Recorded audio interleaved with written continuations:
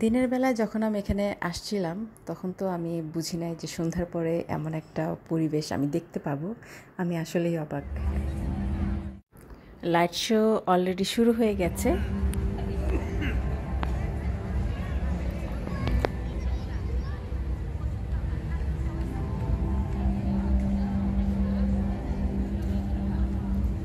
বাহ!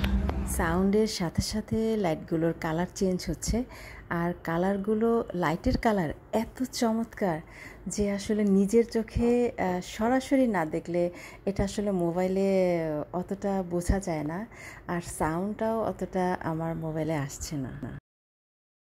লাইটগুলোর ডিজাইন অনেকটা পদ্ম ফুলের মতো।